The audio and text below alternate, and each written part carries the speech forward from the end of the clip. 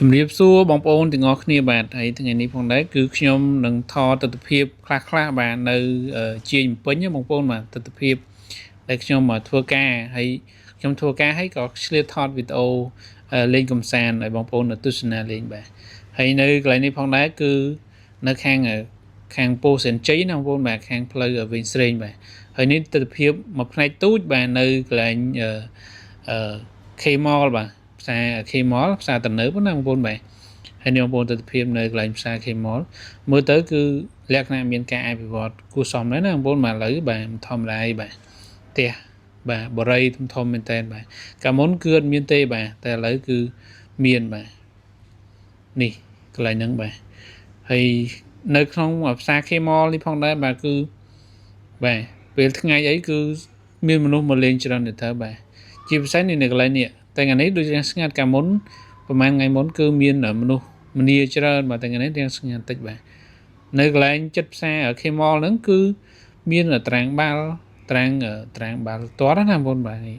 ពេលល្ងាចបានមនុស្សច្រើនកន្លែងហ្នឹងបាទហើយណាមួយបងប្អូនកម្មការនេះគាត់ធ្វើការនៅចិត្តហ្នឹងណាបងប្អូនបាទអញ្ចឹង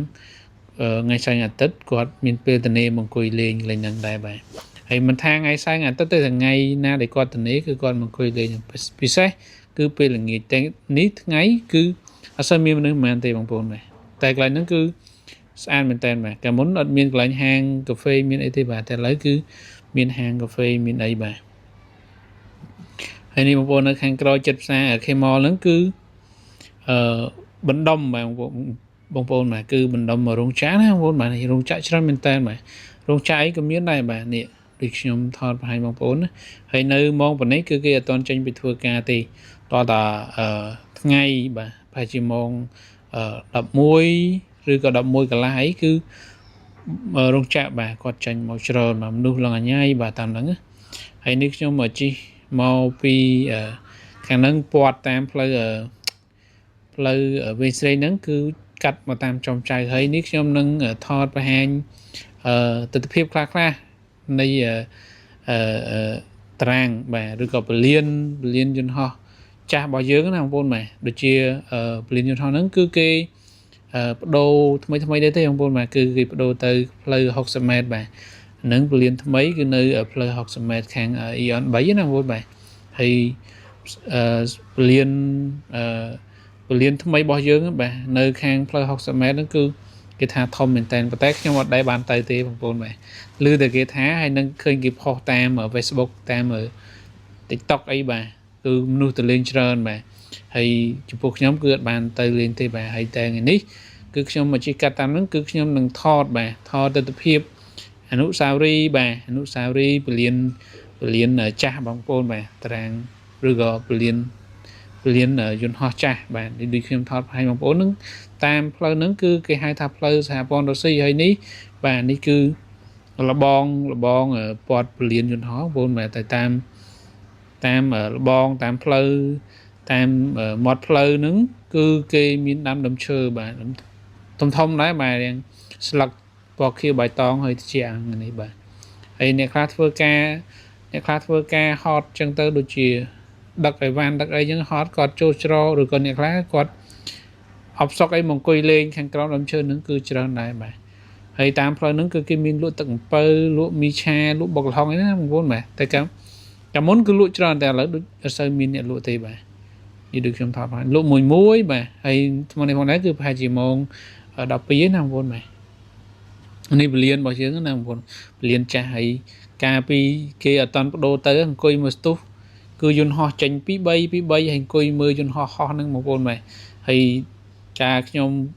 មិនតាន់ស្គាល់បំពេញមកបំពេញដំងបាទគឺចង់ដឹងបាទចង់ឃើញជាពិសេសគឺចង់ឃើញយន្តហោះផ្ទាល់ហ្មងបងប្អូនបាទហើយក៏មករៀននៅពេញទៅបាននៅពេញបើគិតទៅគឺខ្ញុំមកនៅពេញយ៉ាងយូរដែរប្រហែលជា10ឆ្នាំហើយបងប្អូនបាទចន្លោះ10ឆ្នាំជាងហើយបាទ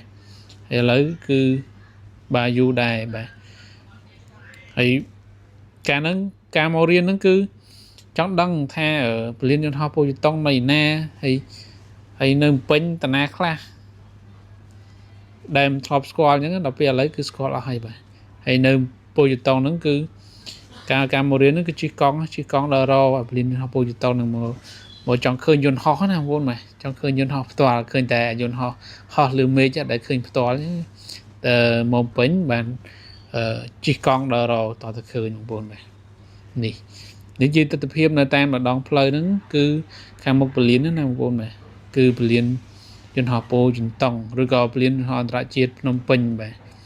ភ្នំពេញ Airport បាទភ្នំពេញ International Airport បាទ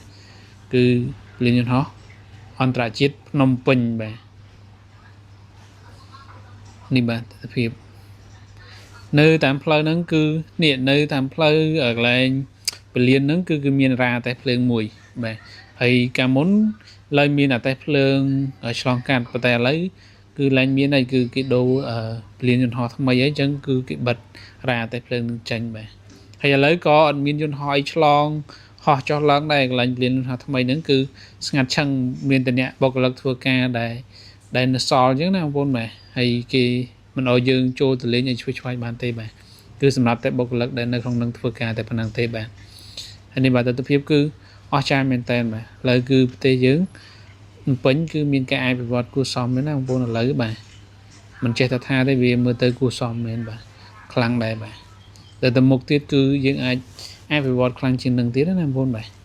ហើយនេះបាទគឺស្អាតមែនតើបាទយើងនៅក្នុងប្រទេសយើងគឺយើងត្រូវតែលើកតម្កើងលើកសរសើរពីប្រទេសយើងកុំបង្អាប់អីបាទព្រោះតែយើងបង្អាប់ពេលយើងផុសទៅក្រៅប្រទេសទៅអីគេមិនសូវចាប់អារម្មណ៍យើងទេបើយើងលើកទៅសើទៅគេចង់ដឹងគេចង់ឃើញអញ្ចឹងណាបងប្អូនបាទអញ្ចឹងវាជាមួយផ្នែកទូចដែរតាក់ទាញភ្ញៀវទេសចរមកលេងក្នុងស្រុកក្នុងប្រទេសរបស់យើងអញ្ចឹងណាបងប្អូនបាទពេលខ្លះយើងមើលពីការអភិវឌ្ឍរបស់យើងក៏មានសន្ទុះគួរសមដែរឥឡូវនៅភ្នំពេញគឺអាគារអីធំច្រើនបាទឥឡូវគឺធំមែនតើបាទខ្ពស់បាទធំបាទហើយបរិយាផ្ទះវិឡាយច្រើនបាទច្រើនមែនតើបាទដោយដែលខ្ញុំមកថតបង្ហាញបងប្អូនហ្នឹងបាទហើយនៅតាមផ្លូវហ្នឹងគឺមមាញឹកថ្ងៃនេះបាទគឺមមាញឹកមានឡានធំឡានតូចបាទធ្វើចរាចរណ៍ពេញផ្លូវហ្នឹងបាទនៅនេះផ្លូវនេះគឺផ្លូវដែលខ្ញុំបង្ហាញថាមានផ្លូវតែភ្លើងតាមកាត់តាមហ្នឹងតែឥឡូវគេលែងឲ្យមានផ្លូវតែភ្លើងទៀតហើយគេបិទផ្លូវតែភ្លើងហ្នឹងគឺគេធ្វើផ្លូវឡានផ្លូវម៉ូតូវិញបាទហើយតាមផ្លូវហ្នឹងគឺគេជិះធ្វើចរាចរណ៍ច្រើនមែនតើបាទ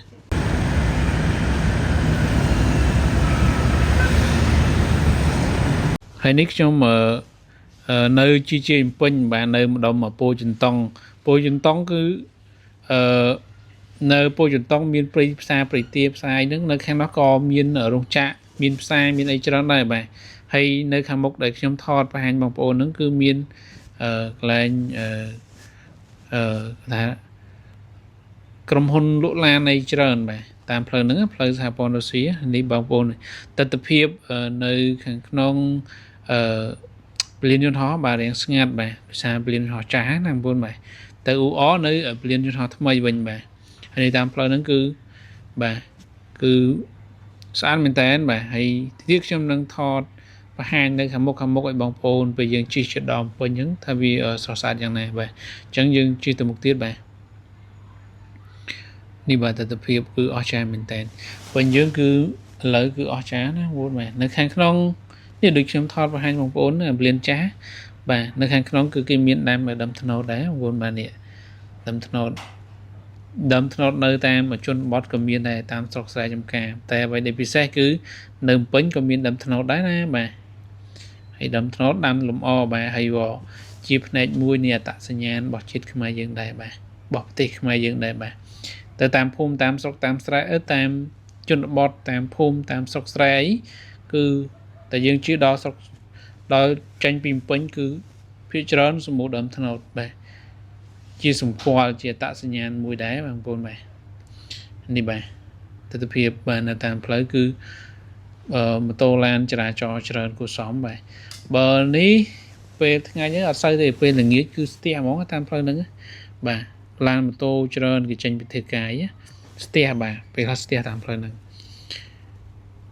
ហើយនេះបងប្អូនតាមដងផ្លូវហ្នឹងណាបងប្អូនបាទផ្លូវនេះគឺផ្លូវសហព័ន្ធរុស្ស៊ីបាទឬក៏ហៅផ្លូវអាស៊ានណាបាទផ្លូវនេះធំមែនតើបាទផ្លូវធំបាទ ហើយនៅតាមដងផ្លូវនៅតាមដងផ្លូវហ្នឹងគឺគេមានដាំលក្ខណៈជាសួនបាទសួនបាទលក្ខណៈជាសួនគឺមានដើមត្នោតមានអីដែរបងប្អូនបាទគឺស្អាតហើយមានដើមស្លាបាទដល់ខែវស្សានេះអាដើមឈើធំហ្នឹងវាផ្កាមកគឺស្អាតមែនតើបាទផ្កាហ្នឹងគេហៅផ្កាយគេនេះតែស្អាតនៅខែវស្សាធ្លាក់ភ្លៀងដើមឆ្នាំគឺវាស្លឹកវារោយស្លឹកហើយវាចេញផ្កាគឺស្អាតណាស់ជិះតាមផ្លូវគឺមើលទៅស្អាតបាទហើយនេះផ្លូវនេះគឺយើងជិះទៅត្រង់ដល់ពេញហ្មងណានេះខ្ញុំជិះទៅពេញវិញបាទដោយសារល្ងាចហើយគឺខ្ញុំទៅ office វិញបាទហើយក៏ថតបាទទុកជាអនុស្សាវរីយ៍អញ្ចឹងណាបងប្អូនបាទទៅមុខទៀតពេលខ្លះវាអាចប្រែប្រួលខ្លះដែរយើងយកមកមើលទៅវាថាវីដេអូចាស់ៗវារាំងមើលទៅវាចាប់អារម្មណ៍វាស្អាតអញ្ចឹងណាបងប្អូនបាទពីមុនមិនហើយឥឡូវមិនអញ្ចឹងណាបងប្អូនបាទទុកជាលក្ខណៈឯកសារផុសក្នុង YouTube ចូលទៅបាទប្រហែលជា